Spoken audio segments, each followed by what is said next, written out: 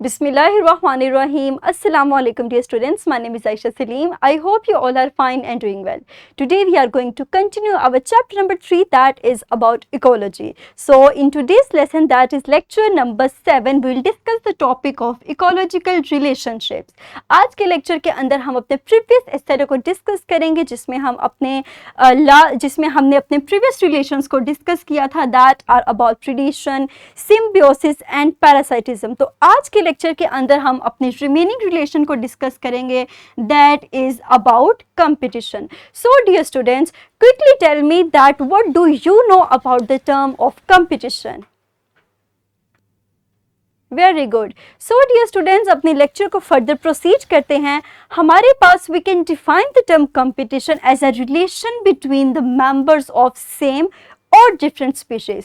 Now the question arises that why for which ये कि हमारे पास जानवर सेम स्पीशीज के या डिफरेंट स्पीशीज के किस पर्पस के लिए compete करते हैं.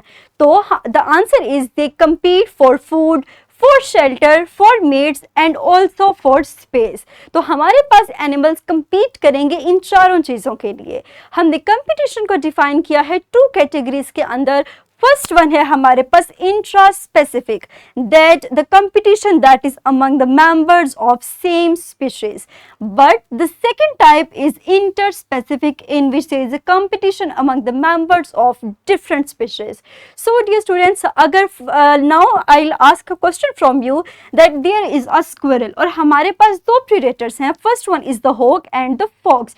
According to you who will find the prey? Very good. So इसी क्वेश्चन के आंसर को हम फाइंड आउट करेंगे अपने लेक्चर के अंदर. मुझे उम्मीद है कि आप इसके क्वेश्चन को इजीली आंसर कर देंगे. तो हम चलते हैं अपनी फर्स्ट टाइप की तरफ, that is intra specific competition. So it is a type of competition that is maybe for food, for shelter, for mate and etcetera and also for space. हमारे पास कंपटीशन सिर्फ animals के दरमियान नहीं बल्कि plants के दरमियान में भी होता है.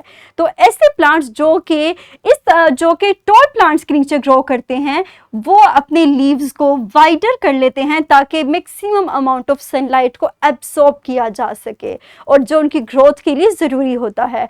इसी तरह हमारे पास अब क्वेश्चन ये आता है कि how to avoid this competition. So हमारे पास इस कंपटीशन को अवॉइड करने के 2 तरीके हैं. फर्स्ट वन है अडेप्टेशंस. क्या आप मुझे कोई ऐसे एग्जाम्पल दे सकते हैं जिसमें प्लांट या एनिमल अपने माहौल के मुताबिक खुद को ढाले? Very good. सो हमारे पास डिफरेंट एग्जाम्पल्स आती हैं. फॉर एग्जाम्पल, ड्राई एरियाज के अंदर हमारे पास प्लांट की बाग वुडी होती है, उसके लीव्स का सरफेस एरिया छोटा होता है ताकि वो लॉस ऑफ वाटर को रिड्यूस कर सके, उसको मिनिमम कर सके. इसी तरह अगर हम हॉक की बात करें तो it has a binocular vision. इसके अलावा इसके पास हुक्ड बीक होती है. क्लॉज की बात करें तो it has sharp claws in order to catch the prey. इसके अलावा लेपर्ड की बात करें तो इसकी स्पीड बहुत तेज़ होती है.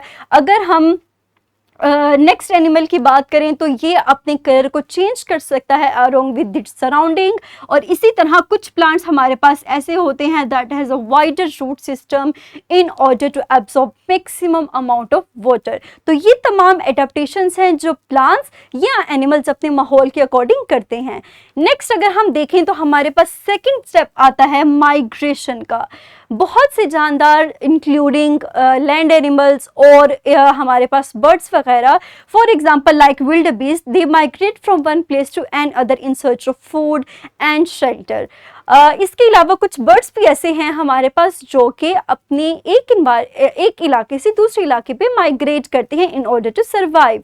लेकिन अगर ये ना एडेप्टेशन शो करें ना ही माइग्रेशन करें देन व्हाट वुड हैपन. तो क्या आप मुझे बता सकते हैं कि अगर हमारे पास एनिमल या प्लांट इन दोनों ऑप्शंस में से कोई ऑप्शन चूज ना करें तो what would happen next? Very good, they die. तो हमारे पास वो इजीली जिंदा सर्वाइव नहीं कर सकेंगे। तो हमारे पास ये दोनों चीज़ें बहुत इंपॉर्टेंट हैं। सो इन चीज़ों से हमें पता लगता है कि there is a very important relationship, there is a balance in these relationships to keep the ecosystem healthy. और फर्दर हमारे पास we understand through this competition helps us to appreciate the delicate balance between these relationships that are important to sustain our ecosystem, that are important to balance and balance that sustains our ecosystem. Next हमारे पास एक skill sheet आती है, that is skill sheet 3.8। Again dear students, you can easily open this skill sheet by scanning this QR code. मुझे उम्मीद है कि आप इस स्किल शीट को ओपन करके इजीली इसको सॉल्व कर लेंगे। That is your assessment. Next हम चलते हैं अपने होमवर्क की तरफ, skill 3.6 and skill 3.9, that is your homework. In order to solve this homework you have to prepare and perform a role play activity to present the competition, predation and symbiosis. And in skill 3.9 you have to portray how changes in ecosystem can affect the available resources that various segments of human population are competing for. और मुझे उम्मीद है कि आप इस homework को easily cover कर लेंगे। तो इंशाल्लाह that's all about today's lecture. इंशाल्लाह अपने अगले लेक्चर को हम यहीं से कंटिन्यू करेंगे और फर्दर टॉपिक्स को डिस्कस करेंगे। सो डियर स्टूडेंट्स, अपना ख्याल रखिएगा। Thank you very much and अल्लाह हाफिज़।